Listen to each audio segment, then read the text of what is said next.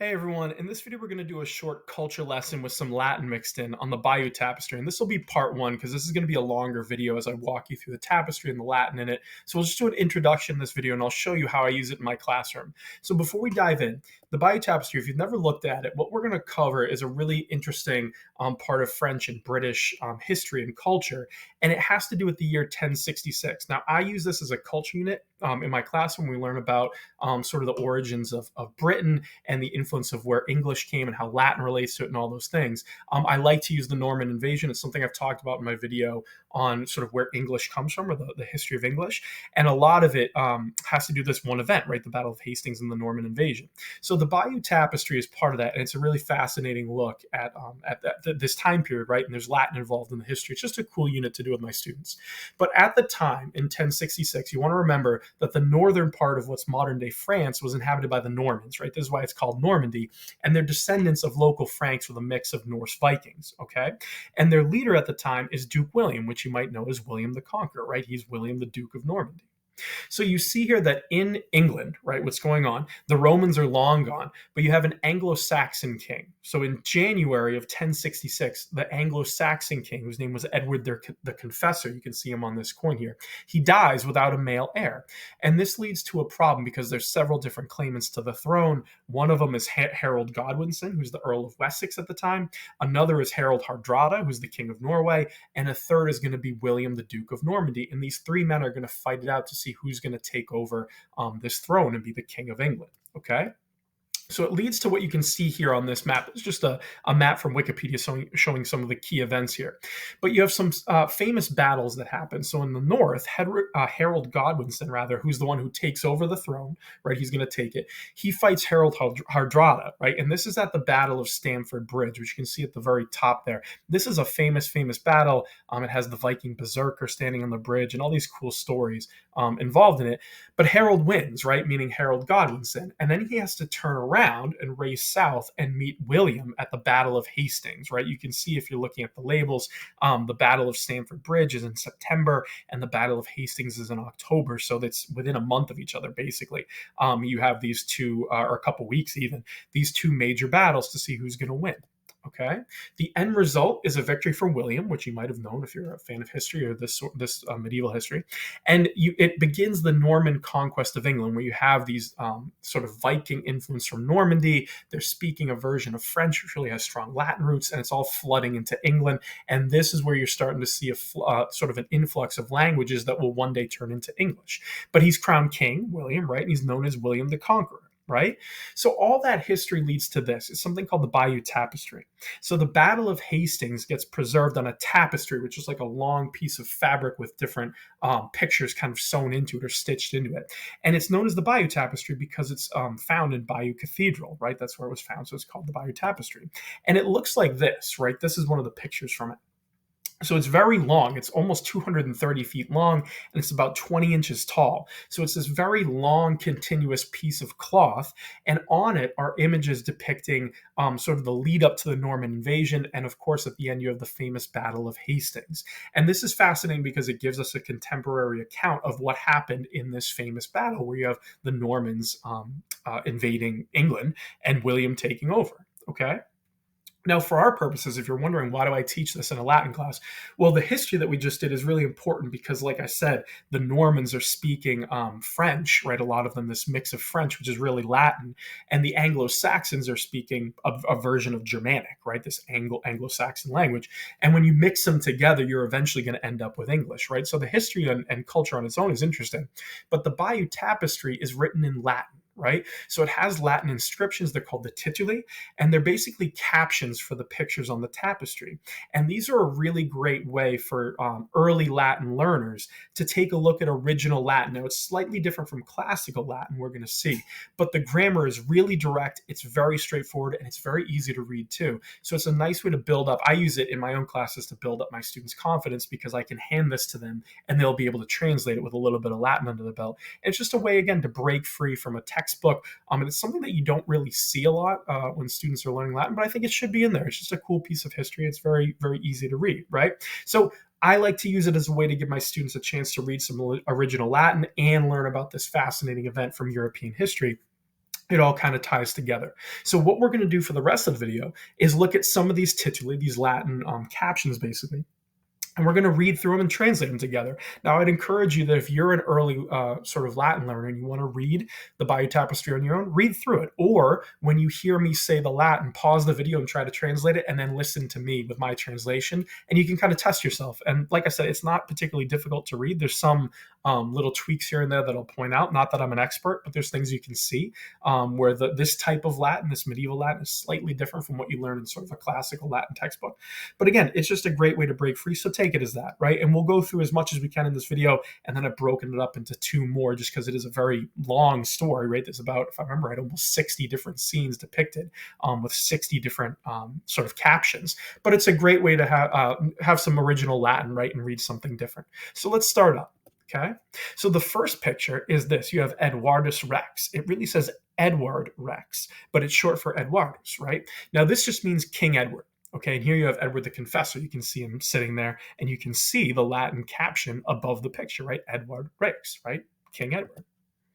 The next one you have says, Ubi herald dux anglorum et sui milites equitant ad bosham ecclesiam. Okay, so here you can already, or ecclesiam rather. So you can already see a little bit of that medieval Latin coming in here. You have the ecclesia, meaning a church. You have the name Bosham with that sh ending, which you really wouldn't see so much in classical Latin. But you have when herald, right, the dux anglorum, the leader of the Angles, right, the English. Okay, and his own soldiers, his milites, right, sui milites, and his soldiers, they equitant, they ride, right, it literally means to ride a horse, to Bosham Church, right, so Bosham Ecclesia. So they're riding to this church, and you can see them, like I said, the picture is depicted below. You see the men on the horses, and you have the Latin title above it. The next slide, the next scene, rather, you have Hic Herald Mare Naviga, or Navigavit, rather. So you have here Harold sailed, now we got it, he sailed the mare, he sailed the sea. Okay. Then you have et velis vento plenis venet in terra vidonis comitis. So you have with the sails filled, okay, so and with the sails having been filled with wind, right, velis vento plenis, right, he came to the land of Count Guido, rather. So you have vidonis comitis, right, so the land in terra, right, to the land of Count Guido. Okay. This slide just says Harold. Okay, so you have the name Harold, and you can see him. He's standing on the boat in the beginning of this one. You have another scene off to the right that we're going to do right now. So the next scene, you have Hic apprehendit Guido Heraldum. Okay, so here Guido, the count, seized Harold. Okay, so this is why you have 2 different pictures, because it's the same person on the boat as the one being taken off the boat. So Guido, right, Count Guido takes Harold. Then you have et duxit eum ad belrem et ibi eum tenuit. So, and he led him, he duxit eum, right, to, this is Beaurain, the modern day French city, but here it's Belrem. I'm not actually exactly sure how you'd say it in Latin, but that's the town it's talking about, right, Beaurain. And there he held him, right, tenuit eum. So basically Harold gets taken and he's brought to another city, and he's held there, right, held as sort of a hostage. Then you have ubi herald et Guido, right? Now here, if you look very closely, I said et. So you can see in the text where it says ubi herald, the LD is on the other half of that torch thing, the tree. I don't know what exactly that is. I guess it's a column of a building. And right before the name Guido, you have what looks like a 7. So I had to look these up because I honestly had no clue what this was. But these are called Tironian notes, and that 7 symbol is apparently a shorthand version of the Latin word et, right? Which I didn't know. So there we go. We learn something new every day. So that's why I put the et in parentheses there. But it's saying ubi herald et Guido parabolant, right? So it says when, or where, I guess it would be when, Harold and Guido discuss. They are talking. Parabolant is a word that means like they're kind of going back and forth, conversing, right, or speaking to each other. Okay, and you can see that depicted in the picture on the tapestry. You have Guido, I would assume is the man in the yellow outfit sitting on like the throne or the chair, and then you have the captured Harold off to the left, right, and you can see Guido's kind of pointing at him. Okay. Then you have ubi nuntii Wilhelmi ducis venerant rather ad Guidone. So here you have when the messengers of Duke William, right, the nuntii, and you have Wilhelmi. That's kind of an odd form, right, of William, but it's of Duke William. It's very much genitive here. they came to Wido, right? And it's really Widonem. You'd have to add the M there to make it accusative. Okay. And here you can actually see that you have that phrase. And then if you look closely, there's an image of like a smaller person there. And again, it's kind of hard to tell what's being depicted. The name is Turold, and I honestly have no idea who this is or what it's doing. I'm assuming it might be someone famous. It might not, but there is another name above sort of the person holding on to the horses. And I actually don't know what that is. So if you're interested, feel free to look it up. Maybe there's an answer I'm just not aware of. But there is another person labeled there. Okay, but now you have the messengers of Duke William coming. Then you have Nuntii Wilhelmi, right? The messengers of William. There they are. You see the two knights on the horses. They have their shields and they're charging, coming up with their message. Okay, so they're labeled. Here you have Hic Venit Nuntius ad Wilhelmum, right, which is again William Ducem. Okay, so there's another odd form of William there with the G. Again, we're starting to mix a couple different versions of his name, which, I mean, again, you could look it up. I would assume this means different people were writing it at different times, and maybe it's just a different form. But you have here, right, the messenger comes, the Nuntius Venit, he came to Duke William, right? So there's Duke William, right, Duke of Normandy. He's hanging out, and here comes a messenger. Okay. Then you have Hic Vido adduxit Haraldum ad Wilhelmum Normanorum Ducem, right? So here Wido, again, that's the count, he led Harold, so adduxit Haraldum, he led Harold to William, the Duke of the Normans, right? Normanorum is the name of the people, right, of the Normans. Same as saying, William, the Duke of Normandy, but you just have the name of the people here, right? And you can see the different people kind of depicted, the two sets of horsemen, and they're kind of leading Wido Wido is leading Harold to William. Okay. Then you have Hic Dux Wilhelmus cum Haralda venit ad Palatium suum. So here, Duke William with Harold came to his palace ad Palatium suum, right? So he's kind of leading, Duke William is leading Harold back to his estate or his palace. Then you have Ubi unus clericus et Alfgiwa, I'm assuming. It seems like a very distinctly sort of Anglo-Saxon name. I could be wrong. But you have when one cleric and you have Alfgiva here. I have no clue who that is. So this is depicting the image off to the side. You can see the cleric, right, talking to the man who's kind of holding his face. I don't exactly know what's going on here. This is kind of odd because there's no verb in this sentence. So something is just kind of weird. I did actually look this one up, and I couldn't find any sort of known significance of what's happening in this part of the tapestry. But still, we can read the Latin apart from that difficult name. You can still read ubi unus clericus et, right? So again, we'll read it. And again, if you can find an explanation of what this is, let me know in the comments. Otherwise, I have no idea. Then you have Hic Wilhelmus Dux et exercitus eius venerant ad montem Michaelis. So here you have Duke William. So here, Wilhelmus Dux, right? Notice how there's no G in his name now, so we're going back to Wilhelmus, right? William. So here, Duke William and his army, exercitus eius, right? His army came to the mount, or the mountain of Michael, right? Is literally what it says. And you can actually see it in the background. You can see the little bit of, it looks like they're almost walking on water, and there's something sticking up, like a church or something, or a castle on top of a hill. This is modern day Mont Saint-Michel, which is a famous spot because the tides come in, if I remember right, and kind of turn it into an island. And then when the tides leave, you can actually get there. That's where he goes. And you can see it in the background, right? That sort of island in the background. This is where William is leading his army. Okay. And again, it's in modern day Normandy, I believe. But again, sort of still a place today that's being referenced on the tapestry. Then in the next slide, you have et hic transierunt flumen cosnonis hic Harold Dux trahebat eos de arena. So you have two different things happening here. You have, and here they crossed the Flumen Cosnonis, which is a river, right? Kuisnon, I think is what it would be. Again, maybe I'm pronouncing that horribly wrong, but you have a river. Again, I have no clue which one it is, but they crossed the river, and then you have sort of a secondary sentence right underneath. You have Hic Harold. So here, Duke Harold Dukes, he dragged them from the sand. Right, and you can see someone kind of dragging them up off the sand of the river. Again, that's what's happening here. I'm not entirely sure what the historical event is. We have to look into it a little more. But you can see, again, the Latin is pretty straightforward. Right, the word arena there is sand. And you can kind of see what's going on based on the picture. Okay. Then you have et venerunt ad dol et conan fuga vertit. So you have, and they came at Venerund, right? They came to Dole. I'm not entirely sure where that is, but it looks like a city, right?